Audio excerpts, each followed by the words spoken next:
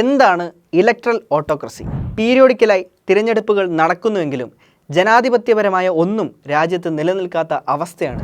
മൗലികമായ അവകാശങ്ങളില്ല, സ്വാതന്ത്ര്യമില്ല, നീതിപൂർവമായ തിരഞ്ഞെടുപ്പുകളില്ല, അഭിപ്രായ ആവിഷ്കാര സ്വാതന്ത്ര്യങ്ങളില്ല. പാർലമെൻറ്റിൽ മൃഗീയമായ ഭൂരിപക്ഷം ഉപയോഗിച്ച് കരിനിയമങ്ങൾ പാസാക്കുന്നു.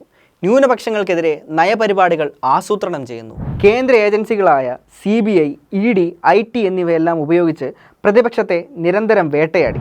ഈ ഒരു പതിറ്റാണ്ടിൽ 850 തവണയാണ് ഇന്ത്യയിൽ ഇൻ്റർനെറ്റുകൾ റദ്ദാക്കിയിട്ടുള്ളത്.